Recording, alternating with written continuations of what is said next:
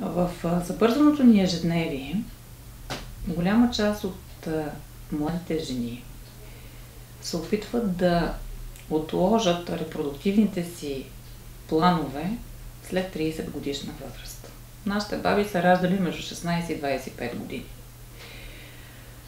Когато бяха началото на 80-те години на миналия век, жена, която се казва ранна, т.е. късна първескиня, беше жена на 25 години. Сега късните първескини са над 40 години. Това се постига нерядко с приемането на контрацептивни средства.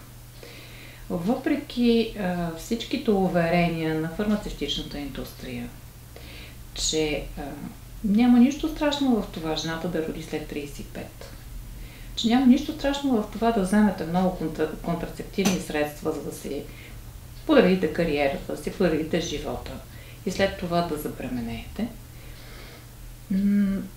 Не е точно така. Редно би било жените да раждат след 35, но вече второто си дете.